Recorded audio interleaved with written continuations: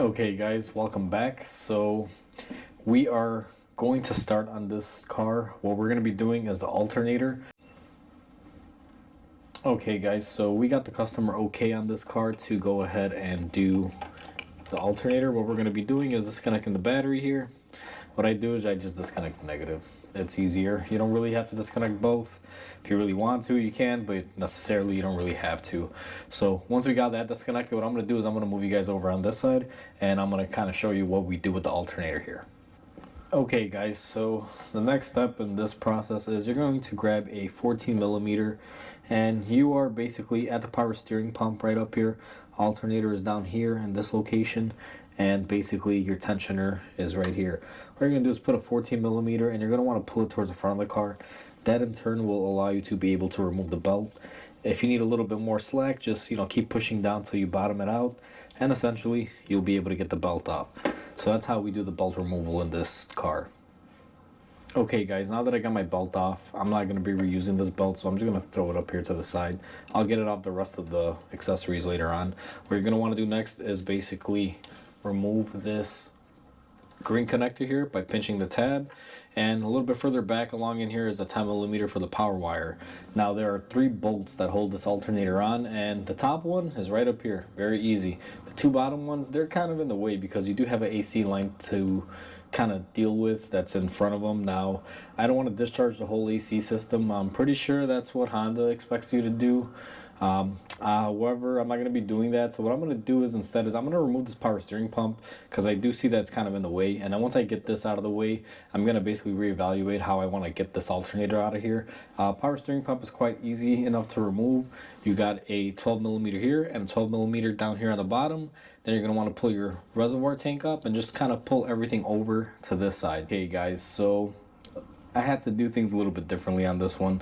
So I guess what they want you to do on this one is to remove the high pressure line for the AC system. However, I didn't want to have to evacuate the system. Plus, to be honest with you, when I looked at the label on this, it said nothing about evacuating the actual contents of the AC system. So what I did, and I opted to do, it was a little bit easier, I decided to move the right side fan. Basically, I removed my overflow tank for the reservoir, for the radiator. Basically 2 10 millimeter bolts that came out, 2 10 millimeter bolts for the fan, and that came out. And you also have 1 fan connector, and you also have a little clip connector that connects to the shroud down there.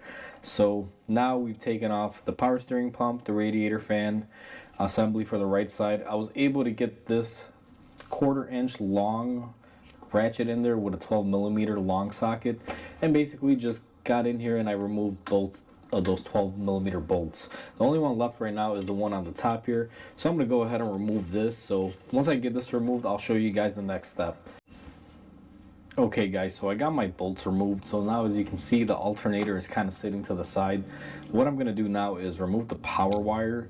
It's right here. You can't quite get it when it is bolted up simply because there's no room. Now this is the best reason why we disconnected the battery. I'm going in here metal to metal. If my battery was connected, I would be arcing and potentially causing a fire here. But since we disconnected the battery, we don't have to deal with that. So what I'm going to do next is I'm going to get these cables off the little bracket for the alternator, and I'm going to get the alternator out of there.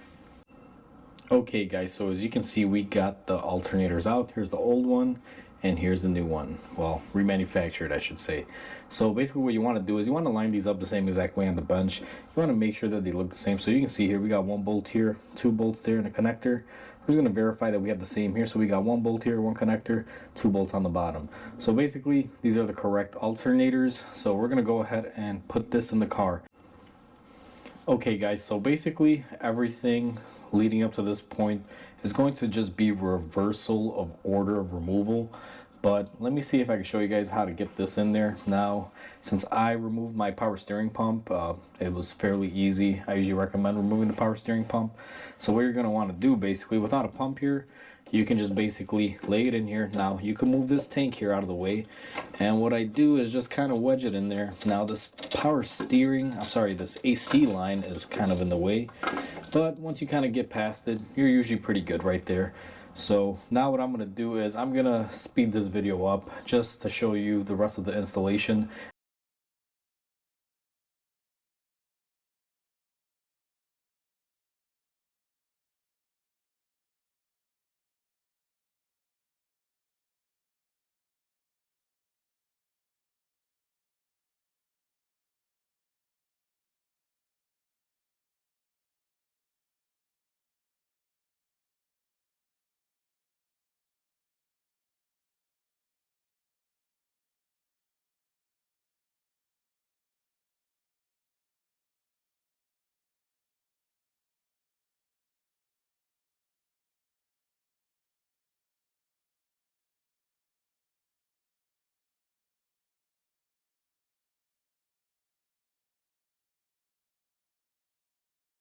Okay guys, so hopefully you guys kind of saw what I did there, but I'll just go over it briefly.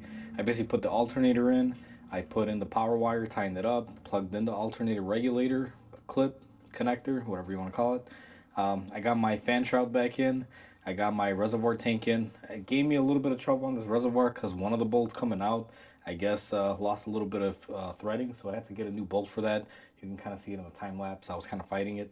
So got that done, plugged in my fan, got my connector down there all connected for the AC compressor, and then I got my belt on. So basically I am done doing the alternator and the belt on this one. What I'm going to do now is I'm basically going to plug in the battery. Okay guys, so I don't know if this is going to be easy to hear, but basically I have the car running now. I have the headlights on, I have the heater on, and I have the rear defrogger on, and I also got my high beams on. As you guys can see, she is not dropping voltage anymore, so we will say this one is fixed. The previous alternator, if you guys remember, would drop voltage. It would show 14 volts, but as soon as you turn on some accessories in the car, basically it would drop down to almost, I think it was 11 was the lowest. I don't know if I was able to catch it on video, but I did see it drop down to 11. So this one is fixed. That's how you do your alternator on any 2.4 Honda Acura product. This one is an Acura Tsx, but it's virtually the same thing. These cars share a lot of similarities together. So until the next one guys, if you guys like this video, go ahead, comment, like, and subscribe.